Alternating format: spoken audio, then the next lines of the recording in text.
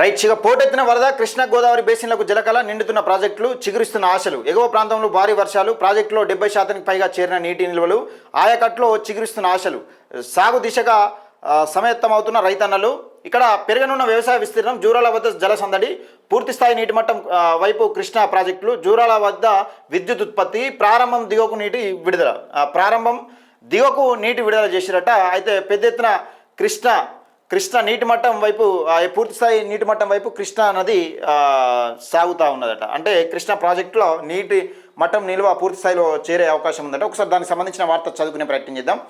ఎగువ ప్రాంతంలో కురుస్తున్న భారీ వర్షాలతో తెలుగు రాష్ట్రాల్లో ప్రధాన నదులైన కృష్ణా గోదావరి బేసిన్లు జలకళలో సంతరించుకున్నాయి. ఎగువ నుంచి వస్తున్న వరద నీటితో ప్రాజెక్టులు వేగంగా నిండుతున్నాయి. ఇప్పటికే ప్రధాన జలాశయాల్లో నీటి నిల్వలు 70% చేరుకోవడంలో చాలా కాలంగా ఎదురు చూస్తున్న రైతన్నల ముఖాల్లో మళ్లీ ఆశలు చిగురిస్తున్నాయి. వరద ఉధృతితో జూరాల ప్రాజెక్టు వద్ద జలసందడి నెలకొంది. ఎగువ నుంచి భారీగా నీరు చేరుతుండడంతో అధికారులు ప్రాజెక్టు వద్ద విద్యుత్ ఉత్పత్తిని ప్రారంభించి దిగువకు నీటిని విడుదల చేస్తున్నారు. జూరాల పూర్తిస్థాయి నీటి మట్టం 1045 అడుగులు కాగా ప్రస్తుతం నీటి మట్టం 1033 అడుగులకు ఉంది. దాదాపు ఇక అచ్చినేసింది అన్నట్టుగా. ప్రాజెక్టు ఇన్ఫ్లో 2,15,000 క్యూసెక్లు, అవుట్ఫ్లో 2,30,000 క్యూసెక్లు కొనసాగుతూ ఉంది. జూరాల నుంచి విడుదలవుతున్న, అయితే ఇన్ఫ్లో ఎంత వస్తూ ఉందంటే 2,015 క్యూసెక్లు అట, అవుట్ఫ్లో 2,30,000 క్యూసెక్లు విడుదల చేస్తూ ఉన్నారు. అంటే ఒక 15,000 క్యూసెక్లు ఎక్స్ట్రా విడుదల చేస్తూ ఉన్నారు. ఎందుకైనా మంచిదని. తర్వాత పేజీ రెండో పేజీలో ఉంది, ఒకసారి చూసుకునే ప్రయత్నం చేద్దాం. రైట్గా పోటెత్తిన వరద నీటితో పాటు క్యాచ్మెంట్ ఏరియాలో పడుతున్న వర్షాల వల్ల శ్రీశైలం, నాగార్జున సాగర్ జలాశయాల్లోకి వరద నీరు వచ్చి చేరుతుంది. శ్రీశైలం ప్రాజెక్టు పూర్తిస్థాయి నీటి మట్టం 885 అడుగులు కాగా ప్రస్తుత నీటి మట్టం 835.2 అడుగులు చేరింది. నాగార్జున సాగర్కు పూర్తిస్థాయి నీటి మట్టం 590 అడుగులు కాగా ప్రస్తుతం నీటి మట్టం 515.6 అడుగులుగా నమోదైంది. గోదావరి ప్రవాహం పెరగడంతో శ్రీరామ్ సాగర్ పూర్తిస్థాయి నీటి మట్టం 1091 అడుగులకు ప్రస్తుతం నీటి మట్టం 1076.9 అడుగులుగా ఉంది. కడెం ప్రాజెక్టు పూర్తిస్థాయి నీటి మట్టం 700 అడుగులు కాగా ప్రస్తుత నీటి మట్టం 693 అడుగుల వద్ద నిలకడగా ఉంది. హైదరాబాద్ క్యాచ్మెంట్ ఏరియా పరిసర ప్రాంతాల్లో పడుతున్న వర్షాల వల్ల మూసీ ప్రాజెక్టులోని ఇన్ఫ్లో గణనీయంగా పెరిగింది. మూసీ ప్రాజెక్టు పూర్తిస్థాయి నీటి మట్టం 645 అడుగులు కాగా ప్రస్తుతం నీటి మట్టం 643 అడుగులుగా కొనసాగుతుంది. కాళేశ్వరం అనుబంధ బ్యారేజీల అన్నారం, సుందీల ద్వారా నీటి ప్రవాహాలు నమోదవుతున్నాయి. ఈ తాజా పరిణామాలతో గ్రామీణ ప్రాంతాల్లో వ్యవసాయ పనులు ఊపందుకున్నాయి. ఎల్నినో ప్రభావంతో తెలంగాణలో ఈ ఏడాది వర్షాలు పడవని అధికారులు హెచ్చరించినా ఎగువ ప్రాంతాల్లో కురుస్తున్న వర్షాలకు తెలంగాణ రైతుల్లో ఆశలు చిగురించేలా చేస్తున్నాయి. ఖరీఫ్ సీజన్కు సంబంధిత నాటు వేసే కార్యక్రమాలు, సాగు విస్తీర్ణం గణనీయంగా పెరుగుతున్నాయి.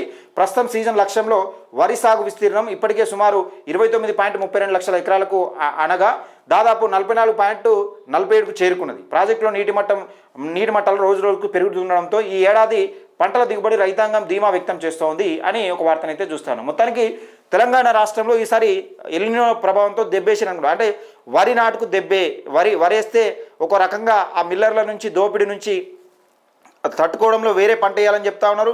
అలాగే ఇక్కడ పెద్ద ఎత్తున కటింగ్ చేసే కార్యక్రమం చేస్తూ ఉన్నారని ఈ వరికి సంబంధించి సరి ఎల్నినో ప్రభావంతో, ముఖ్యంగా వరికి సంబంధించి ఎల్నినో ప్రభావంతో అత్యల్పంగా అతి తక్కువగా వర్షాలు పడ్డాయి. అసలు వర్షాలు చాలా లేటుగా పడ్డాయి. ఇప్పటికే వరి నాట్లు అయిపోయేది, ఎక్కడ కూడా వరి నాట్లు అయిపోయేది, కానీ ఇప్పుడిప్పుడే మొదలైపోయినాయి. ఇప్పుడు దగ్గర పడతా ఉన్నాయి.